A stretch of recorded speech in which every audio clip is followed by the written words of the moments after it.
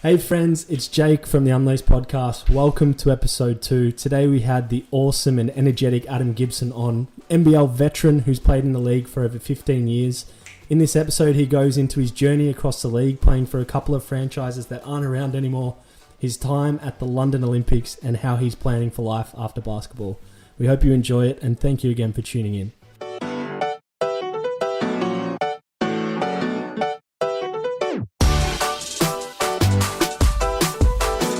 Gibbo, my man, how are ya?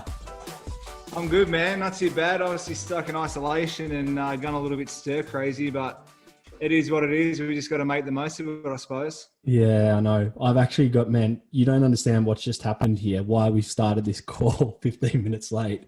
But I'm working with Ethan and Will from Room 10 company, and they're like the film guys, you know, they're helping me out. But one of the light bulbs exploded. This is what happens when you have your production, mate. You got to handle these little situations. They do all the hard work. Man, I watched a couple of Gibbo Goes One-on-One. You've done a lot of episodes, and what you're saying, you started them when we went into lockdown, right? Yeah, so pretty much the first week of lockdown, they were like, yeah, let's start them up. And literally since then, I've been doing them. So I think I've done about 22, maybe 23 now. And that just shows how long we've been in this lockdown for. It's been a lot of fun. Obviously, I've had some pretty cool guests, mainly NBL basketball players. But to be able to kind of expand and talk to guys like Peter Siddle from the Australian cricket team, it was a lot of fun. Some AFL guys and obviously I'll try and get more athletes like that and expand to different sports, but it's been a lot of fun. Yeah, man, you're an athlete. How do you prepare for them out of curiosity? I mean, are you just going in rogue or are you giving some prep to it? What's your style? Nah, giving a lot of thought. Most of the guys I've known, so I've got a bit of background, but I normally either jump online and check out the bios of what they've done in their career, but then ask people or put up posts. You can find a lot on the internet, but I normally ask a close mate, a brother, a sister, a family member of information about them. And I put up a post on Instagram as well, just to, if anyone wants to ask a question or, you know, has something funny that they might think is good to bring up. That's awesome, dude. I saw you actually did one with Paddy Mills. I know he's one of your good mates.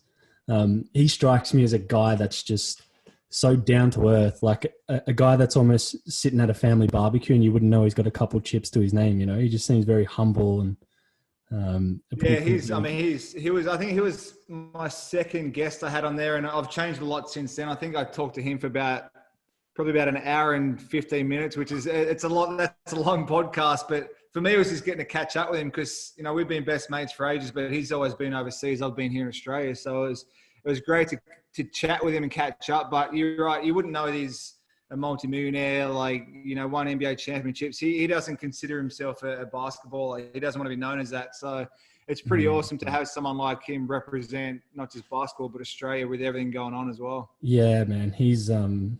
It's like one of the guys you can always rely on to perform for the Aussie team, which is and even San Antonio to an extent, like when stuff, you know, is happening in the playoffs, he seems to be a guy that stands up, which is pretty cool.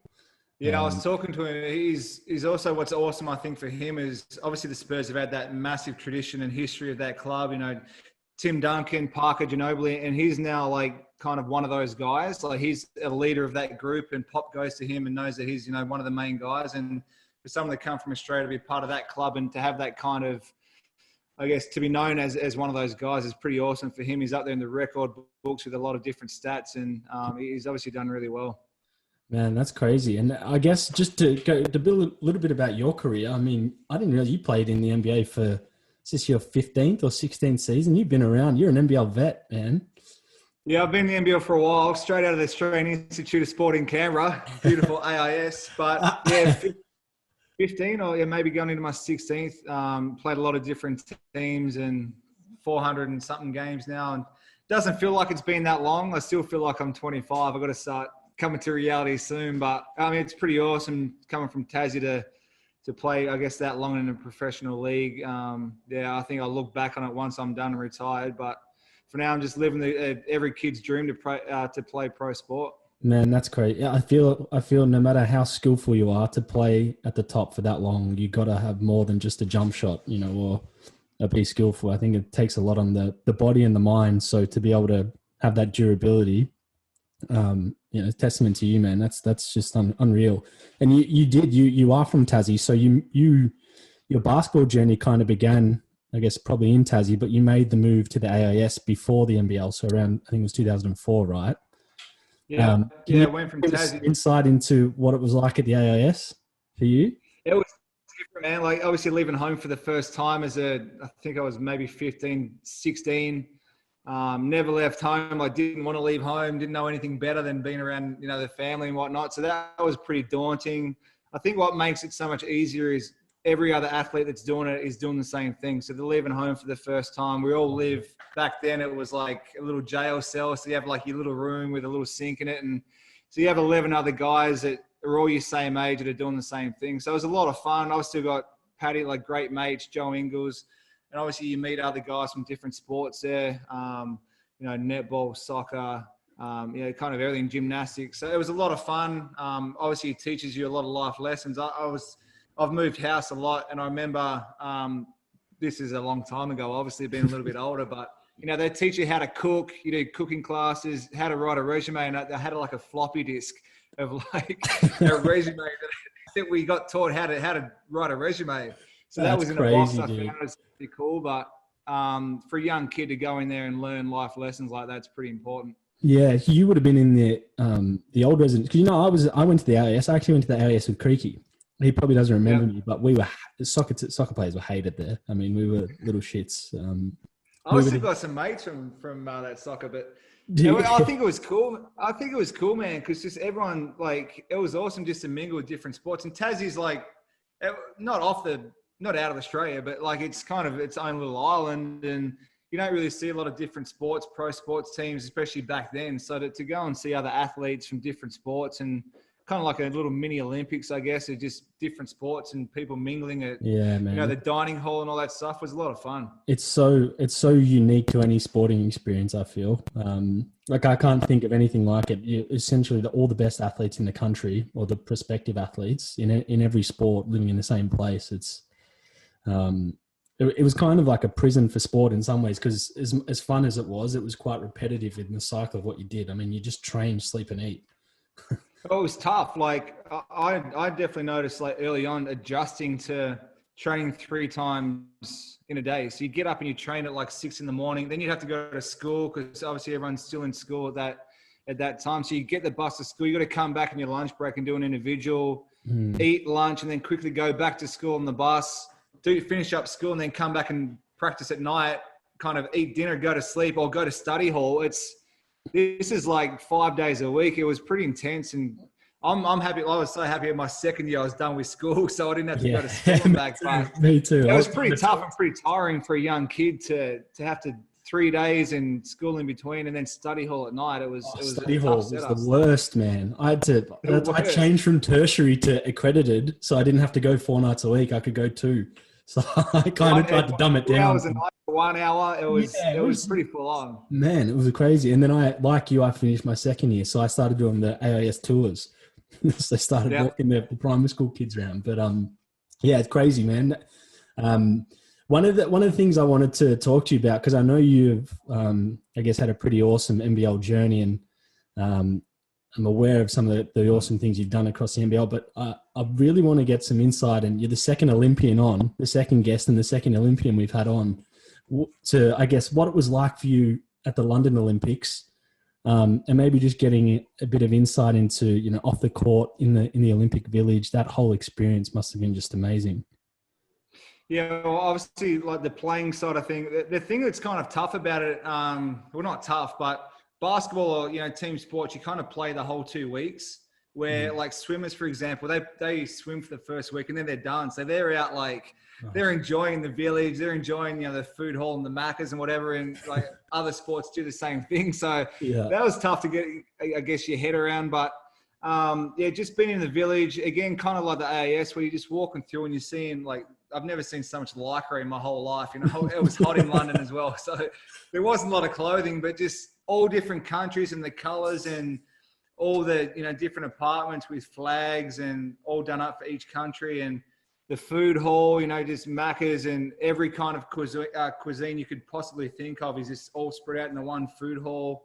That's amazing, dude. Trying to go and watch other sports during days off, if you weren't practicing or getting up extra shots. Yeah. It was pretty surreal, going for the opening ceremony was something I'll never forget. It wasn't a lot of fun as an athlete because you basically wait for 2 hours. The whole show goes on. I remember, I think the Spice Girls were playing and you could hear it. You could hear it out the back, but there was no screen to watch because athletes kind of walk out last. So just a lot of standing around, but just walking through and then walking around the track and people going crazy and all that kind of stuff is something I'll never forget. Man, what was that feeling like when you walked out on the track when the guys are holding the Aussie flag and you got the blazers on and everything? It was unreal. Like, obviously you just countries either side and just a massive kind of tunnel of people and just walking out there and just massive crowd filled up with, people, noise, show, like entertainment, dancers. I remember because Paddy Mills and Joe Ingles, they've obviously been before, so I was pretty tight with them, but they know like where the cameras are. So I remember like there's a cool photo of the three of us and you're not meant to take your jacket off. But for some reason we took our jacket off and they knew, all right, the camera's coming up. They knew when to look at the camera and kind of you did a pose, play it up a bit, play it up and have some fun. I got a pretty cool photo of that where we got our jacket off looking at the camera. I think I've seen it. I don't know how. I think I've seen it somewhere. Because I remember that Olympics. I feel like you guys had a really good Olympics and performance, and we got knocked out by the US, didn't we? In the quarters. We had a great kind of tournament, some really good games.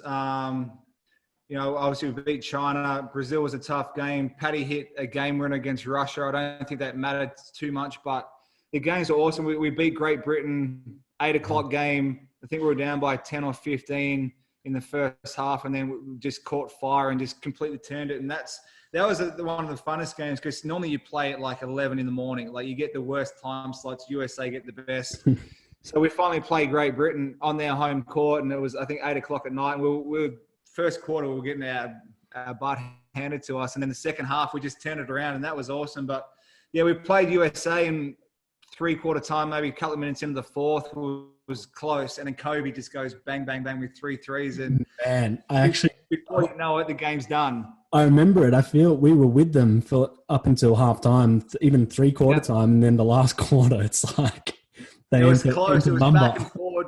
Paddy was playing well. Joe was playing well. It was so close. And then Kobe legit just went three threes in a row, and it was a 15-point game. Man, that's over. Crazy. What was it like being? Did you get on the court that game? Were you there? No, I didn't. I had the best seat in the house. The towel wave. Some of the best players in the world. Like I didn't play a lot, and obviously that happens. I played a few minutes against. I played against Brazil. I think against Great Britain and stuff, and it was awesome, scoring your first points in the Olympics. But that happens when you have an unbelievable team, and I'm super stoked to be part of that team. But it was crazy. We were there, and obviously USA who they are, and Kobe, like I said, just was like enough of this and just iced the game. What was it like when Kobe and LeBron were on the court and you're sitting there? I mean, are they really that? Are they on just such another level that it's when they switch it on, you can't stop it? What was it like from your view? To be honest, I don't like. It's a bit of a blur, that whole game. I remember sitting there and watching a little bit. I remember Russell Westbrook is like one of the quickest players to cover the floor. I remember him guarding Delhi one time, and it was all into him, and just so quick and whatever. But I can't really remember too much else. Yeah. Obviously, they're super freaks, like massive players that can just run, jump, everything stronger. Yeah. But yeah, I mean, the Australian program right now is in great shape. I'd be, as they would be, disappointed if they don't medal in Tokyo. Yeah, I feel like the currently Aussie basketball. I don't know from you're in it, but my view from outside is that the NBL and basketball in general is just getting bigger in this country each year, and it's probably because we've got so many great players now playing in the NBA and being key players in big teams. Do you feel the NBL is getting more traction from that? Oh, no question. Since Larry Kesselman and his team took over, I think 5 years ago, it's just gone to a whole new level. Obviously, the NBA players are in the NBA and making massive noise with that stuff. But I think Larry and his team, taking NBL games for preseason to play against NBA teams is something that you would never have thought, 7-8 years ago, how the league was going. So him bringing his team in and doing that kind of stuff, playing against NBA teams in preseason, it's pretty special. Like you said, the NBA games, obviously the NBA, the Boomers versus USA game last year in Melbourne at Marvel was another massive step. And yeah, I credit a lot of it to Larry and the NBL for building the sport in Australia. And that allows us to get, RJ Hampton, LaMelo Ball to come out here and play. Like that. That's what game. I wanted to ask you about LaMelo. What was that like? What was he like to play against? You would have played against him, I assume, when he was at Illawarra. Just the height of him. Like I missed the first game, but I played against him, I think, one time. Just he's so tall and just kind of athletic. You have position on him, but then you can just jump over your back and just grab the ball. Like he'll be a great player, no question. I think he'll for sure go number one. Yeah. I've talked to a bunch of their guys about him, and down to earth guy. Obviously, it's a massive shit show of just cameras and he's signing autographs and there's no one else to sign. Like all the kids are lining up for him and no one else is getting the LaMelo show, man. LaMelo show. Yeah. But yeah, I mean, he's a super talented kid and he's so young as well. Yeah, man, I'm excited to see where he goes. I reckon he'll go number one too. I'm sad I actually didn't get to watch him play while he was down here. It was short-lived in the end, but yeah.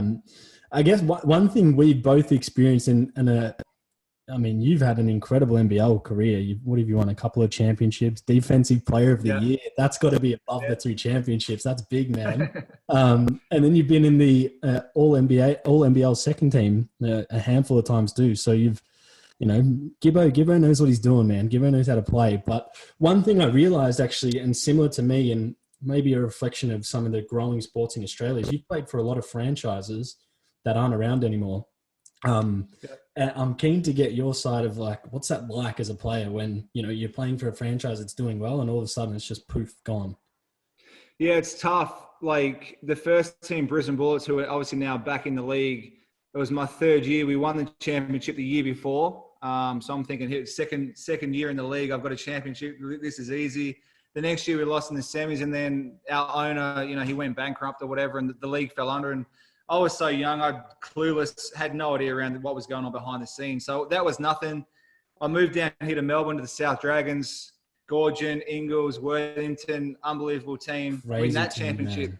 So I've now won 2 championships in 4 years. I'm like, man, I must be some kind of lucky charm. But after that year, the Dragons pulled out. Yeah.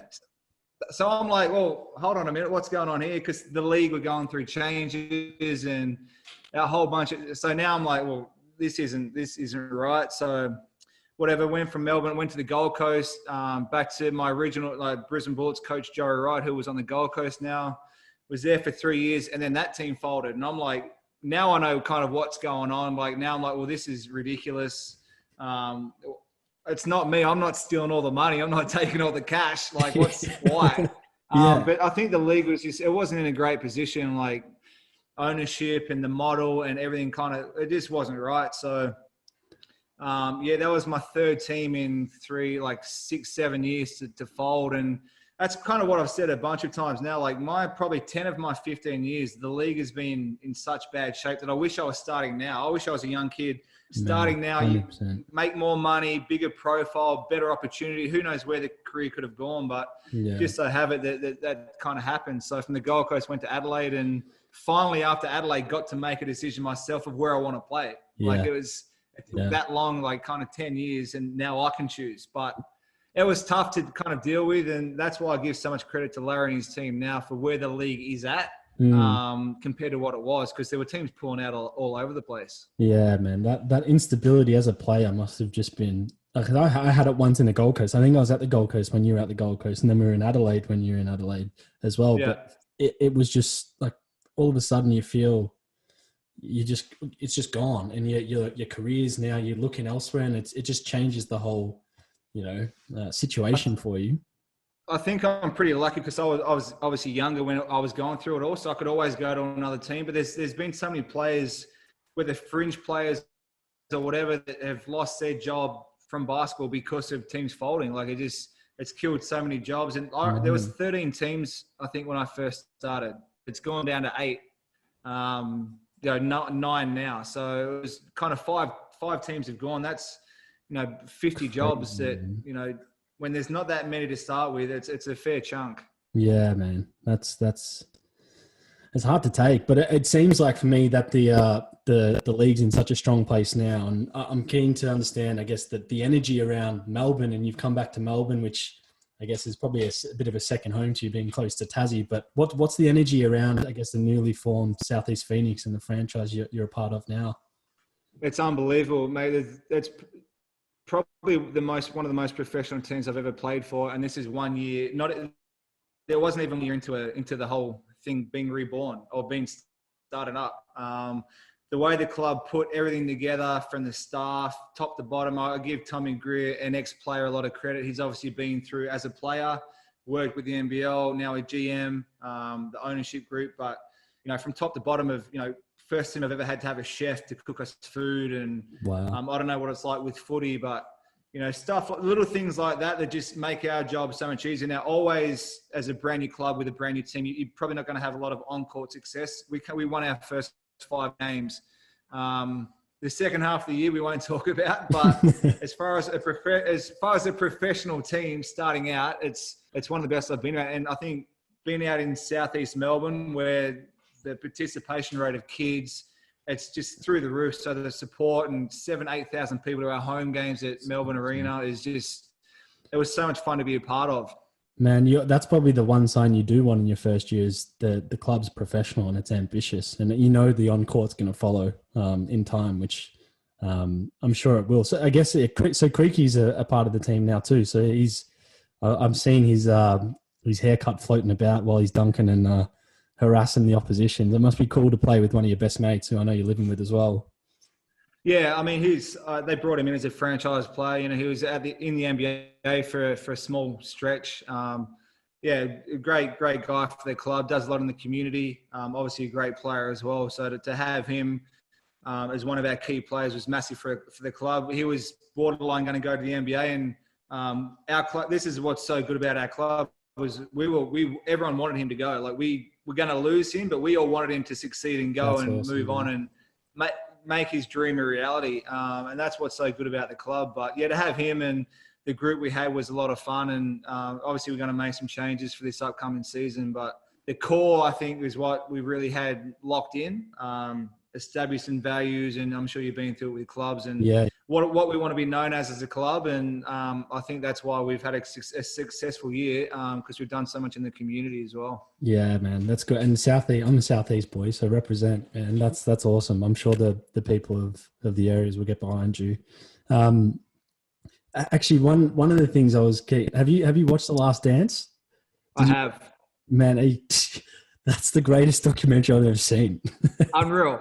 Unbelievable. Man, I wanted to, after I watched it, I'm like, I want to go do some shot. I need to go get my shots in. Like, I can't even shoot, but I'm like, I need to go to the court. Like, I was so pumped. Yeah. Did you take anything away from it?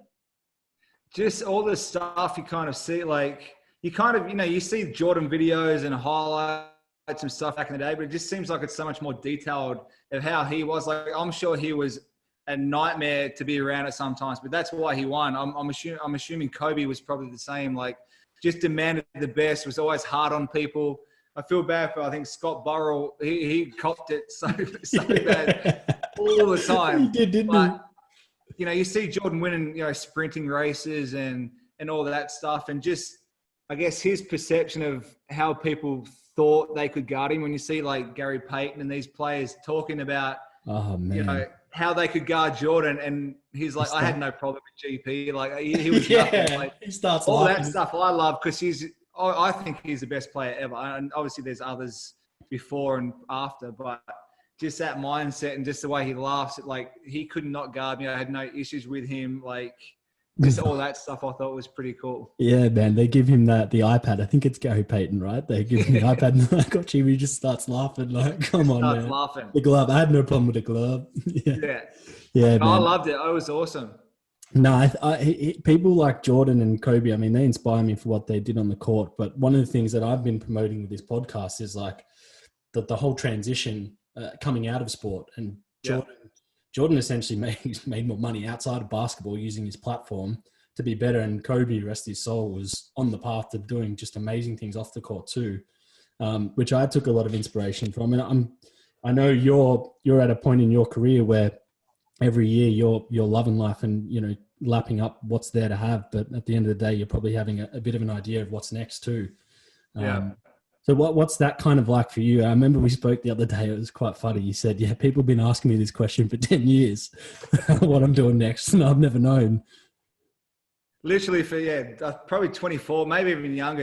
You know, what are you going to do after basketball? And I'm like, well, I've got no idea. Hopefully I can play for the next 10 years. Now that 10 years is getting close to coming up, but Yeah.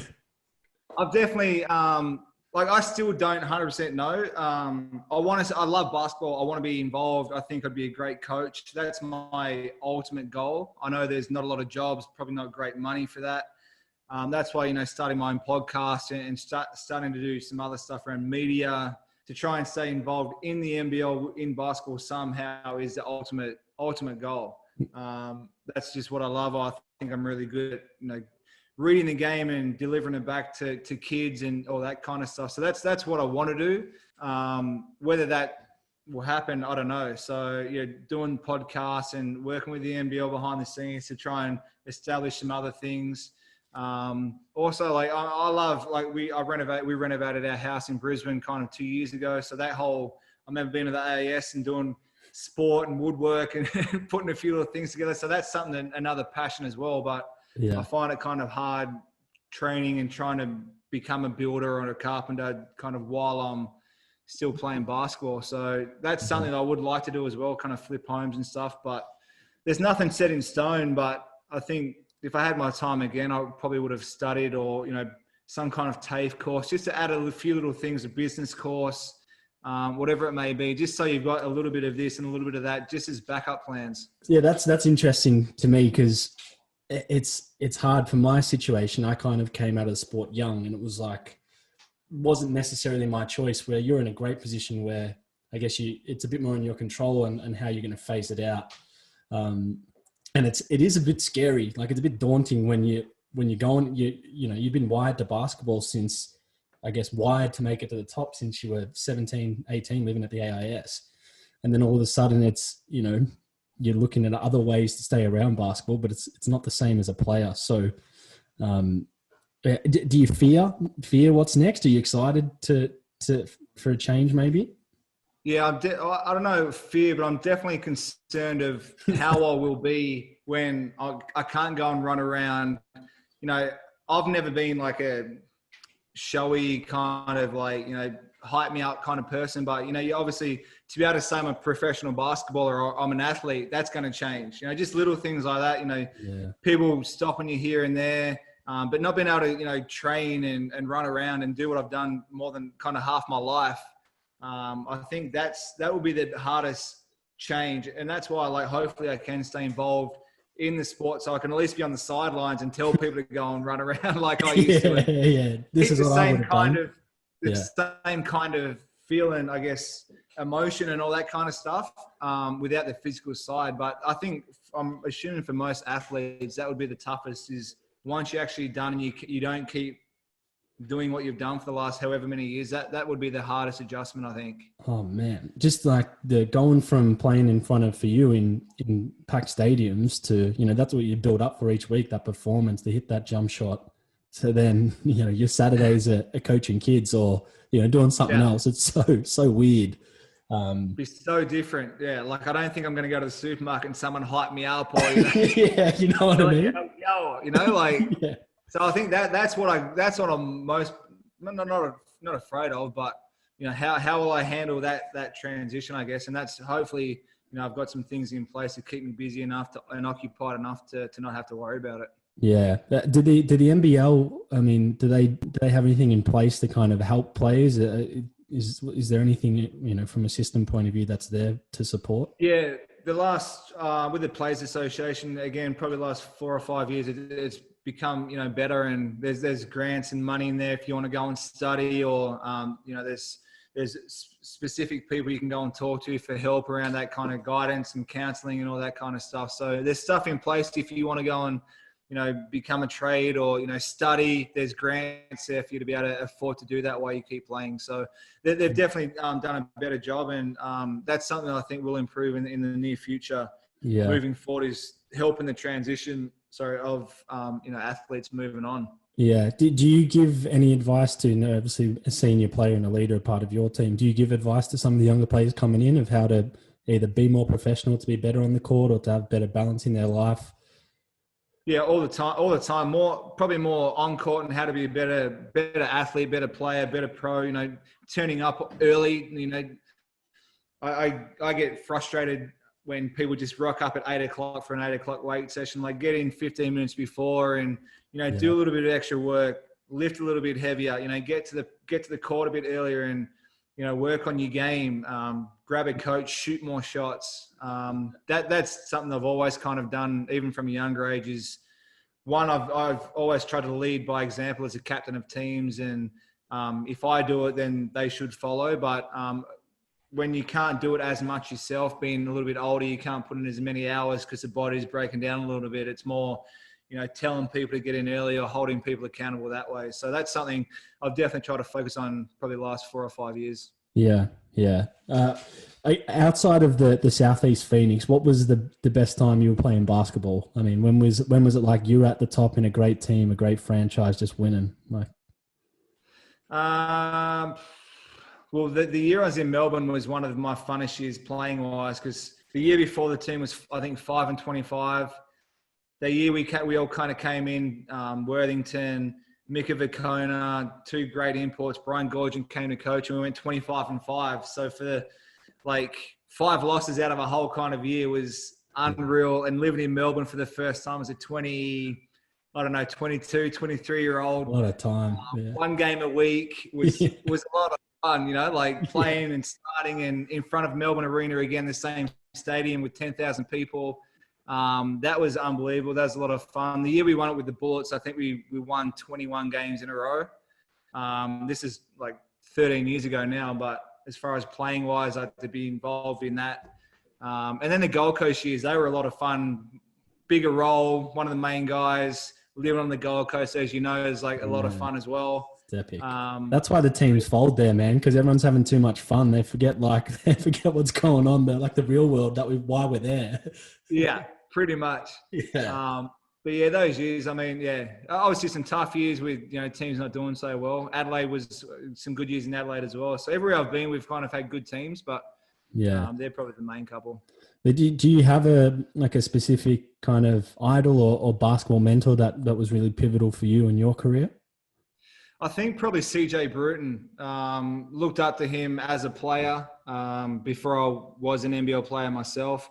And then was lucky enough we were on the same team that second year in Brisbane. So he was playing in Sydney the year before. And even playing against him then in my first year, he'd grab me and talk to me and help me out with just some stuff, little bits and pieces here and there. And obviously he joined us that next year, and just learning from him, the way he plays is obviously phenomenal, but not a selfish player, gives so much time to everyone else, no matter on or off the court, and Olympian. And so and I still keep in touch with him. He was an assistant coach in Brisbane when I went back there, and someone I still keep in touch with now. So he's someone I looked up to as a player, but also helped me off the court as well. Yeah, man, that's awesome. I remember him playing as well. He was a point guard. I remember he had the afro for a couple of years. Yeah, he was so smooth, man, because he could shoot 30 shots a game, but he would pick and choose. He'd make sure everyone else is feeling good and they're not butthurt because they haven't had a touch or had a shot. And then when the game's on the line, he'd knock down a couple of big shots. So yeah, he was awesome. He's a funny guy as well. Do you feel now you've gotten older and I guess more experience with the game and the rigors of the NBL, do you look at the game differently?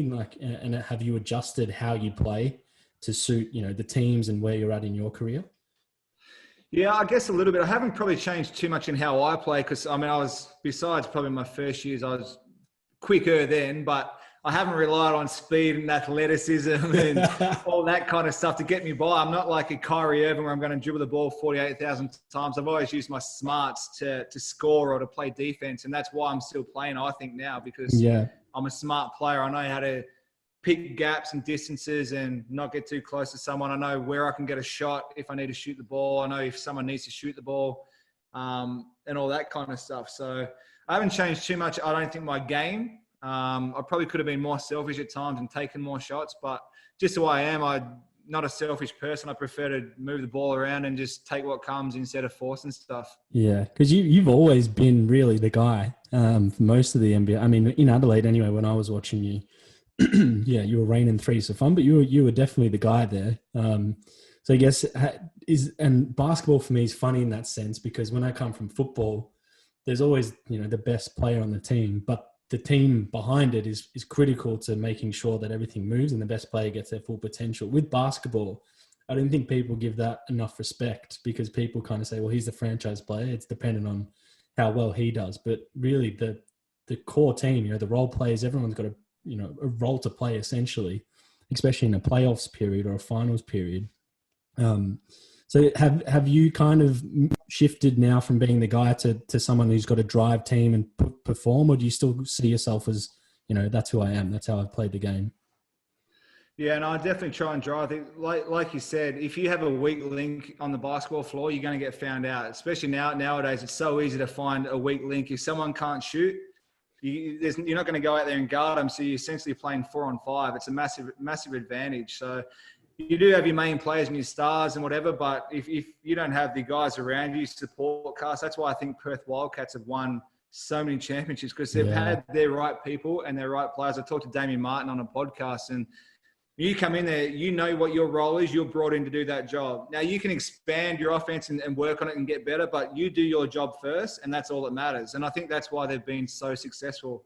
So I think realizing what your role is super important. For me, I definitely had teams where I've been one of the main guys, and now I think just happy to play a role. I think I'm still unbelievably important to be on the floor and to control things and make sure everything's going smoothly and whatever, and taking shots when I need to, but just making sure guys are doing the right things and holding people accountable, I think it's become more important. It's a tough job. It's not always enjoyable, because you're always on people about doing the right things, and it can get tiring at times. You pretty much have to worry about everyone else besides yourself, but that's what being a leader is, and it just kind of comes with the territory. Yeah, you've still got the 3-point shot. I saw you raining threes for fun last year. I'll still let it fly, man. Don't you worry about that. No, you dropped 25 points in 3 quarters last year or something. I was watching. I'm like, you know what was most disappointing about that? We were playing against Cairns, and I think I had 26 that game, but John Robertson, who's one of the best point guards I've ever played with, happens to come out in the overtime, hit the 3-pointer to put it into overtime, but then I think he scored 15 points in overtime, and then he took all the credit. I'm like, yo, I just had 25. So I've just gone nuts, right? Damn you, John! come on, man. No, that's funny, man. That's funny. What do you think of the NBA bubble? Do you reckon it's gonna? Do you reckon the top teams are still going to win in that, or do you reckon the bubble kind of approach has flattened the competition a bit more? I think it's evened it right out. Now, I think it's cool because the best team will win. Obviously, home court advantage is massive. You travel to Perth or you travel somewhere to play a game. It makes a massive difference where everyone's in the same place. There's no travel. Guys aren't out and about. So I think even the AFL, guys are fresher because they're not out doing anything they shouldn't be. And the same with the NBA. They're not traveling everywhere. They're just stuck in their room playing their game. So literally, I think the best team will win. It's definitely watered down a little bit, but I think it's cool. Lou Williams, where was he eating wings at a strip joint the first week? They're not all the sharpest tools in the shed, but the ones that are locked in, I think will win it. Yeah. He came out and it's I probably shouldn't have been there. I'm sorry. Yeah, crazy. Do you, I guess when you look back on your career and even in life, is there some advice that you were given that's kind of always stuck with you and I guess helped you to become who you are on and off the court, or something you've kind of stuck by? I had a saying when I think I was at the Institute, and one of the basketball girls put it up on the wall or something. It was kind of, if it's meant to be, it's up to me. It's kind of a corny little saying, but kind of you get out what you put in kind of mentality. So if you want to achieve something, you work your butt off, and good things will probably happen. Nothing's going to be given to you. You basically have to go and put in the work. And I've definitely found out that if you do work hard, for me, as an example, you do get rewarded. You put in the hours, you spend all the time in the gym, shoot a lot of shots. There's moments in games where that will come to the forefront, and it'll pay off. Yeah. It's all the little things as well. Taking care of your body at a young age. I was eating McDonald's and doing whatever because wasn't stretching and doing as much recovery because 23, 24, 25, it doesn't matter. But then once you start hitting a certain age, now you can't eat whatever because it sits on your body. If your legs don't recover, you can't just go and run around and play 3 games in a day, all that kind of stuff. So if I was talking to myself starting out again, I'll, probably eat better when I'm younger, even though you don't notice it until later on. Probably do more recovery and take care of your body a little bit better. I played through some injuries that I wouldn't take back, but I probably wouldn't do it again now that I'm dealing with stuff now. But, Joey Wright, a coach I had on the Gold Coast, toughened me up to not sit out and play through stuff. And that's kind of where I am now. But yeah, he toughened me up a lot for sure. Yeah, it's kind of like this. I hobble around. I got 2 busted up calves, but I don't understand the logic. Life lessons. Yeah. Life lessons. You can do more than what your body thinks. Yeah, I kind of get that and agree with it and like it, but at the same time, it's like, I can't walk. Like, you know. I mean, did you ever have any serious injuries in your career? Yeah, ankles. Every probably basketball. Ankle injuries, had a clean out in 2016. My calves have kind of been the worst because they just kind of keep going, and actually had a procedure like a week ago with some injections that I think will hopefully help it. But no ACLs, no kind of Achilles, stuff like that, which is, knees and stuff. I've been fairly lucky, but just small little ones that have just been so annoying in 6 to 8 week kind of things. Yeah. Can you give a perspective of what it's like for someone at the top when they're dealing with injuries? And I guess from a football perspective anyway, it wasn't like, I've got time off now. It was almost like once you're recovering, you're working harder and you're working on your own in isolation a little bit. You never want it to be injured ever because you can't. I prefer to run around on court than sit on a bike and pedal for 30 minutes. Sucks, man. Hate the bike. Yeah, you're definitely doing more on the sidelines trying to keep fit because it's harder to get that fitness up than running around. So, yeah, that's absolute killer. Just being injured, being off it wasn't a lot of fun. That's for sure. Yeah.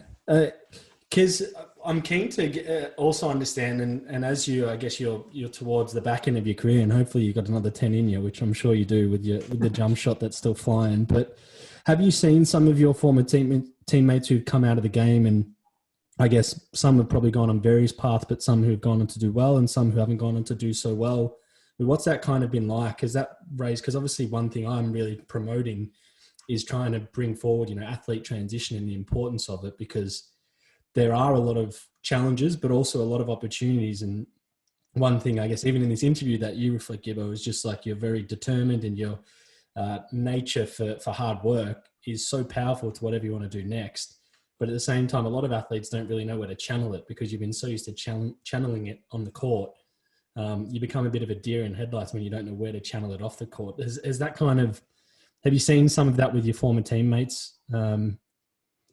From your experience anyway? Yeah, I've had some, like, Anthony Petrie, who I played with him for like 9 or 10 out of my 15 years. But he's always been a teacher. So he studied before he became a basketballer. So he's always had that to fall back on. He's now teaching, on the Gold Coast. Some guys have been to college and have degrees that will probably go and use them. I think Ty Weasley, who's now back overseas, I think he's had a degree. Ben Madgen has studied business and he's got some stuff. I think the guys that don't have degrees or have studied, well, obviously are going to find it the hardest to know what they want to do. A lot of guys kind of real estate. And I think what people don't really realize is, yeah, we don't have a degree, but the skills you have from playing team sport are next level. The teamwork, the competitive, like the commitment, the hard work, all things that you need to play basketball, the communication side of things. 100%. Yeah, it's not on paper, but you have these skills. I was talking to Cole Adnam, who plays with us. He's studying something in the sporting industry, and he's basically can tick off a lot of his hours because he's been involved in the sporting environment for so long that he has those skills already. So I think tapping into what they are and where you can translate them into a different job that suits you, I think that's that's a challenge. But if you work that out, I think people can be pretty successful. Man, I think that being a professional athlete is one of the best degrees you could ever have. As you said, you're in an environment where so many disciplines are at the highest level, but you're also in a very high emotional environment, because if you're winning, everyone's up and about, and if you're losing, everyone, you're the worst people ever, and it's a bad environment. And maneuvering through that and being a good person through that, I don't think a lot of businesses and various kind of industries outside of sport realize the potential athletes have.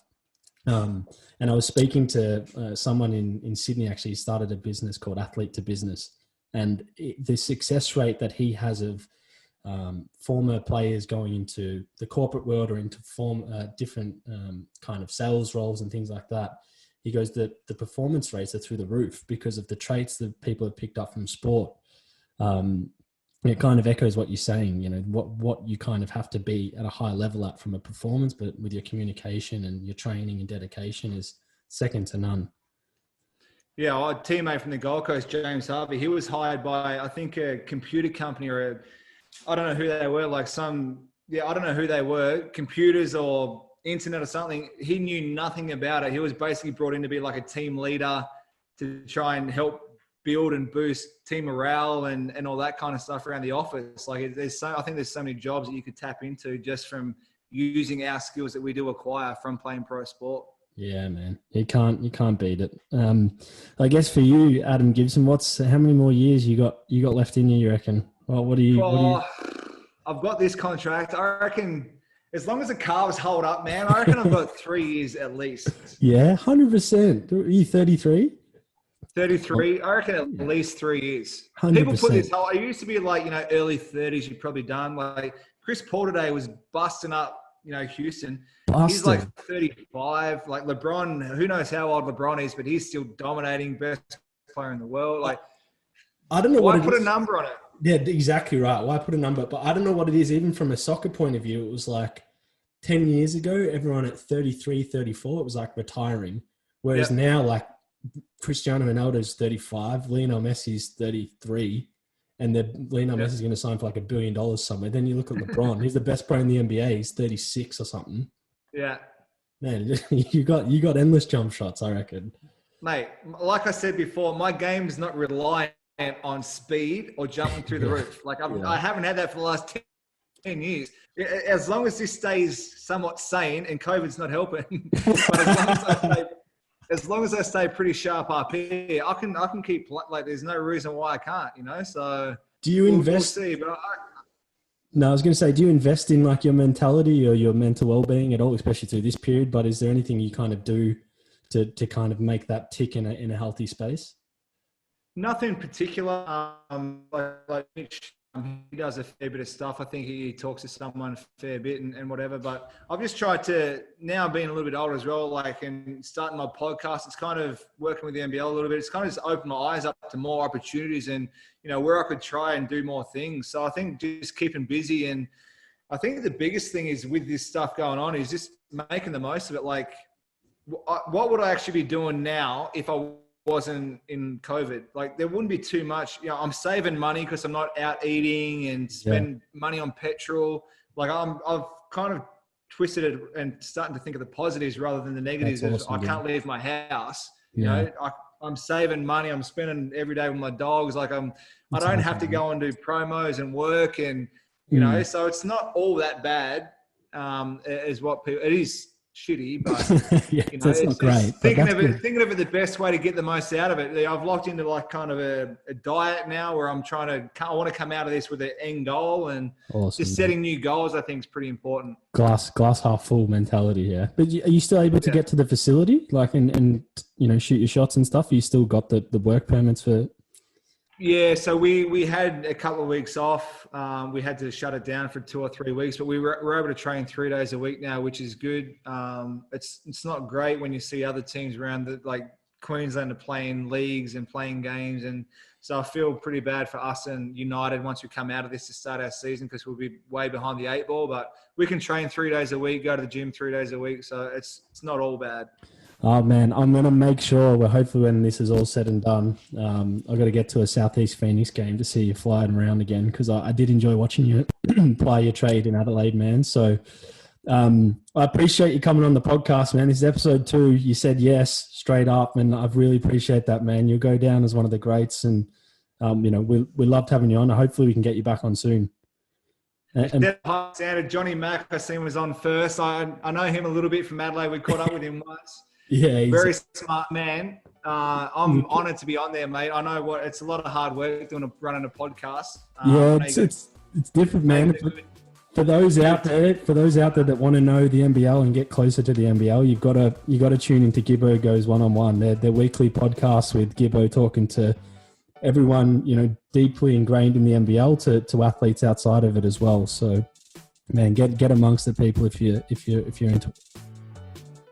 I appreciate it, man. I appreciate it. All the best. We'll keep in touch, and I'll have a number 1 Gibson singlet waiting for you. Yes, that's my boy. I'll rep it on the podcast. You know that.